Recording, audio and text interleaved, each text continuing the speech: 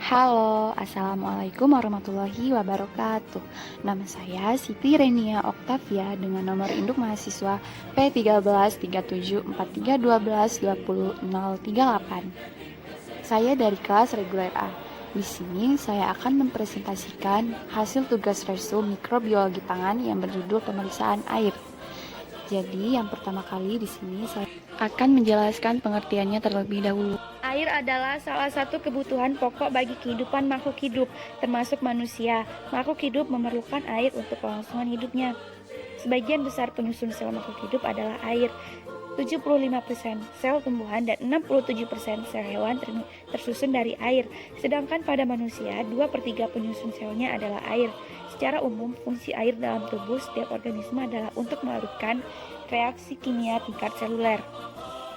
Selain itu, menyebutkan bahwa air sangat berperan dalam proses fisiologis manusia dan metabolisme sel, sehingga manusia dipastikan tidak akan bertahan hidup tanpa ada asupan air ke dalam tubuhnya. Air bersih adalah air sehat yang dipergunakan untuk kegiatan manusia dan harus bebas dari kuman-kuman penyebab penyakit, bebas dari bahan-bahan kimia yang dapat mencemari air bersih tersebut. Oleh karena itu, air tersebut hendaknya diusahakan memenuhi persyaratan kesehatan, sekurang-kurangnya diusahakan mendekati persyaratan air yang telah ditentukan. Permenkes yang digunakan untuk air minum saat ini adalah nomor 492 Permenkes per 4 tahun 2010, sedangkan Permenkes untuk air bersih adalah nomor 416 Permenkes per 9 tahun 1990. Kebutuhan akan kualitas air yang bersih setiap harinya mengalami peningkatan, terutama pada daerah kota-kota besar di Indonesia. Hal ini dipicu dengan pertumbuhan penduduk yang begitu tinggi menyebabkan kebutuhan akan air bersih sangat diperlukan. Daerah resapan air yang semakin sempit dan kurangnya lahan hijau semakin memperburuk keadaan ini. Selain itu, penyebab penurunan kualitas air bersih juga dipengaruhi oleh banyaknya kegiatan negatif yang dilakukan oleh manusia. Salah satunya yaitu kegiatan membuang sampah di area sungai maupun selokan. Maka dari itu, untuk meningkatkan kualitas kebersihan air harus direncanakan sebaik-baiknya, karena tuntunan akan air bersih setiap tahunnya akan terus bertambah seiring pertumbuhan penduduk. Selanjutnya yaitu alat dan bahan. Alat dan bahan yang digunakan untuk penelitian pemeriksaan air ini yaitu untuk bahannya yang terlebih dahulu, yaitu bahan yang dibutuhkan adalah media pembiakan kromogenik coliform agar atau dalam kurung CCA. Kemudian triptik soy agar. Kemasan tidak menutup kemungkinan terdapat pula bakteri enterik lainnya seperti Salmonella dan Shigella yang bersifat patogen terhadap manusia. Selanjutnya yaitu langkah kerja yang kedua, analisis kandungan E. coli dalam air mineral dalam kemasan yang beredar di kota Tasikmalaya. Sampel dalam penelitian ini adalah 13 merek air mineral yang beredar di kota Tasikmalaya dan diberi kode A sampai M. 13 sampel air mineral tersebut diperoleh dari berbagai warung dan pasar yang ada di kota Tasikmalaya. Sampel tersebut kemudian diuji kandungan E. coli-nya menggunakan teknik MPN. Tahap pertama yang dilakukan pada penelitian ini yaitu uji praduga dengan menggunakan media laktose broth yang merupakan media untuk mendeteksi adanya bakteri coliform. Hasil positif pada uji praduga ini ditandai dengan terbentuknya gas dalam tabung Durham yang dapat dilihat pada gambar berikut. Tabung yang menunjukkan hasil positif diuji lebih lanjut dengan uji penegas menggunakan media Brilliant Green Lactose Bio Broth atau BGLB. Tabung dinyatakan positif bila di dalam tabung Durham terbentuk gas seperti pada gambar berikut ini. Uji pelengkap ini dilakukan untuk melihat koloni bakteri coliform pada tabung yang positif dengan cara menginokulasikan sampel air minum isi ulang tersebut pada media agar yaitu eusin methylene blue. Kemudian diinkubasi selama 24 jam dengan suhu 37 derajat Celcius. Berikut ini merupakan media END yang terdapat bakteri coliform. Warna merah muda dan tidak memiliki kilap logam pada media eusin methylene blue. Diduga adanya bakteri Pseudomonas aeruginosa yang merupakan salah satu kelompok bakteri coliform yang mampu memfermentasikan laktosa, sedangkan untuk bakteri yang tidak memfermentasikan laktosa, koloninya tidak berwarna. Hasil positif dari uji MPN tersebut kemudian dicocokkan dengan tabel MPN seri 3 tabung. Tabelnya berikut ini. Berdasarkan 3 sampel air minum isi ulang yang diuji, satu sampel tidak memenuhi persyaratan mikrobiologis bakteri coliform yang ditetapkan dalam Peraturan Menteri Kesehatan Republik Indonesia Nomor 492 Permenkes per 4 tahun 2010, yaitu kadar maksimum bakteri coliform 0 per 100 ml air. Pada pemeriksaan sampel air minum isi ulang ini didapatkan satu sampel yang mengandung bakteri coliform, yaitu sampel B dengan 7 per 100 ml air, sedangkan sampel air A dan C itu tidak terdapat bakteri coliform. Adanya bakteri coliform tidak di dalam air minum isi ulang menunjukkan kemungkinan adanya kontaminasi serta adanya mikroba yang bersifat enteropatogenik yang dapat mengganggu kesehatan. Faktor yang mungkin menyebabkan hasil positif dari uji praduga MPN ini adalah terjadinya kontaminasi air minum isi ulang pada proses pengolahannya, antara lain penampungan air baku, desinfeksi maupun penyaringan pada depot yang kurang maksimal. Peralatan sterilisasi merupakan salah satu penentu kualitas air minum yang akan dihasilkan oleh usaha depot air minum. Sebab jika menggunakan alat sterilisasi yang tidak dalam masa pakai, maka alat sterilisasi tersebut tidak dapat membebaskan air minum dari mikroorganisme yang terdapat dalam air.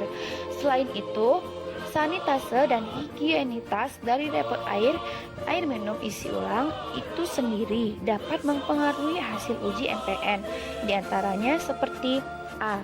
Lamanya waktu penyimpanan air dalam tempat penampungan sehingga mempengaruhi kualitas sumber air baku yang digunakan. Yang B. Adanya kontaminasi selama memasukkan air ke dalam tangki pengangkutan. Yang C. Tempat penampungan kurang bersih. Yang D. Proses pengolahan yang kurang optimal. Kemudian yang E. Kebersihan lingkungan. Dan yang terakhir adalah adanya kontaminasi dari dalam yang tidak disterilisasi. Jadi, sanitasi yang buruk serta higienitas yang rendah dapat menyebabkan terjadinya kontaminasi. Permasalahan ini perlu ditanggulangi dengan cara meminimalisasi kemungkinan kontaminasi bakteri. Proses pengolahan air minum dilakukan dengan memperhatikan air baku, kebersihan operator, penanganan terhadap wadah pembeli dan kondisi depot. Pengetahuan operator depot air minum tentang kebersihan tentu juga akan mempengaruhi kualitas air yang dihasilkan. Hanya sebagian kecil penjual sekaligus operator pada depot air minum yang mengerti betul arti kebersihan baik pada tempat proses air, lingkungan sekitar, pakaian yang dikenakan, dan kebersihan diri sendiri. Mencuci tangan adalah salah satu bentuk menjaga kebersihan diri sendiri untuk mengurangi kontaminasi.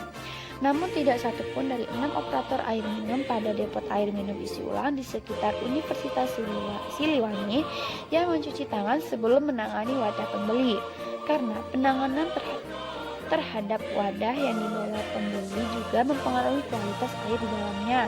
Walaupun air yang dihasilkan berkualitas, tapi jika tidak ada perhatian lebih terhadap wadah galon sebagai tempat untuk mengisikan, maka akan memungkinkan terjadi kontaminasi terhadap air yang dihasilkan. Depkes tahun 2003. Subjek penelitian ini adalah air minum dalam kemasan berbagai merek yang beredar di sekitar kota Tasikmalaya. Metode penelitian ini adalah metode kuantitatif menggunakan teknik MPN dan radiasi sinar gamma. Sampel air minum dalam kemasan diambil secara acak di sekitar kota Tasikmalaya. Berikut ini adalah tahapan penelitian yang akan dilakukan. Nomor 1, yaitu pengambilan sampel. Sampel penelitian diambil secara acak dari berbagai pasar dan toko yang menjual air minum dalam kemasan di sekitar kota Tasikmalaya. Yang kedua, penghitungan total bakteri E. coli. Sampel air minum dalam kemasan kemudian dihitung total bakteri E. coli menggunakan metode MPN yang terdiri dari 1. Uji penduga atau presumptive test. Pada tahap ini, spesimen cair ditanam pada 5 tabung laktose broth triple strength 5 ml, masing-masing 10 ml, 1 tabung laktose broth triple strength dalam kurung 10 ml, masing-masing 1 ml, 1 tabung laktose broth triple strength dalam kurung 10 ml, masing-masing 0,1 ml. Tabung-tabung tersebut diinkubasi pada suhu 37 derajat Celcius selama 48 jam. Tabung-tabung yang menghasilkan gas dilanjutkan dengan uji penegasan. Uji penegasan atau confinement test. Pada tahap ini, tabung-tabung laktosa broth triple pada uji penduga yang menghasilkan gas diambil sedikit dengan mencelupkan ose ke dalamnya. Kemudian dicelupkan kembali ke dalam tabung brilian green lactose bile broth. Kemudian diinkubasi pada suhu 37 Celcius selama 48 jam. Tabung-tabung yang menghasilkan gas dicatat dan dicocokkan dengan tabel MPN untuk menentukan jumlah bakteri coliform yang terkandung di dalam sampel. Yang ketiga yaitu uji pelengkap atau completed test. Pada tahap ini, tabung berlian green lactose bile broth yang menghasilkan gas dicelupkan dengan ose setipis mungkin.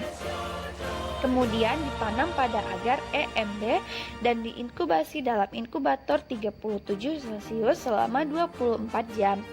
Keberadaan E. coli ditandai dengan terbentuknya koloni bakteri yang rata dan mengkilat. Dalam kurung merah kehijauan metalik. Koloni suspek E. coli dilakukan uji biokimia. Ose digoreskan pada koloni suspek E. coli, kemudian ditanam pada tabung-tabung untuk uji biokimia. Dalam kurung laktosa, glukosa, manitol, maltose, sukrosa, sim, dan agar citrat. Tabung-tabung tersebut kemudian diinkubasi di dalam inkubator 37 derajat Celcius selama 24 jam. Positif E. coli apabila pada uji biokimia mendapatkan hasil uji glukosa positif, laktosa positif, manitol positif, dan maltose. Yang terakhir yaitu untuk kesimpulannya. Yang pertama, kesimpulan dari identifikasi coliform dan Escherichia coli pada air minum dalam kemasan, yaitu berdasarkan penelitian yang telah dilakukan dapat disimpulkan bahwa kelima sampel air minum dalam kemasan di Bandar Lampung tidak terdeteksi coliform dan Escherichia coli sehingga telah memenuhi persyaratan SNI 2553.2/2015 tentang persyaratan air minum dalam kemasan. Namun, perlu adanya pemeriksaan secara rutin untuk tetap menjaga kualitas air minum dalam kemasan agar sesuai dengan persyaratan. Kemudian kesimpulan yang kedua, untuk yang analisis E. coli pada air minum dalam kemasan yang beredar di kota Tasikmalaya, yaitu dari 13 sampel penelitian yang diuji dengan teknik MPN pada tahap uji presumptif, hampir semua sampel yang mengandung mikrobia tetapi yang mengandung gas hanya satu sampel, yaitu L. Kemudian sampel L dilanjutkan ke tahapan uji penegasan, hasilnya menghasilkan gas. Kemudian dilanjutkan ke tahapan uji pelengkap. Sampel L diketahui mengandung E. coli sebanyak 1,9 kali 10⁵ sel per mililiter.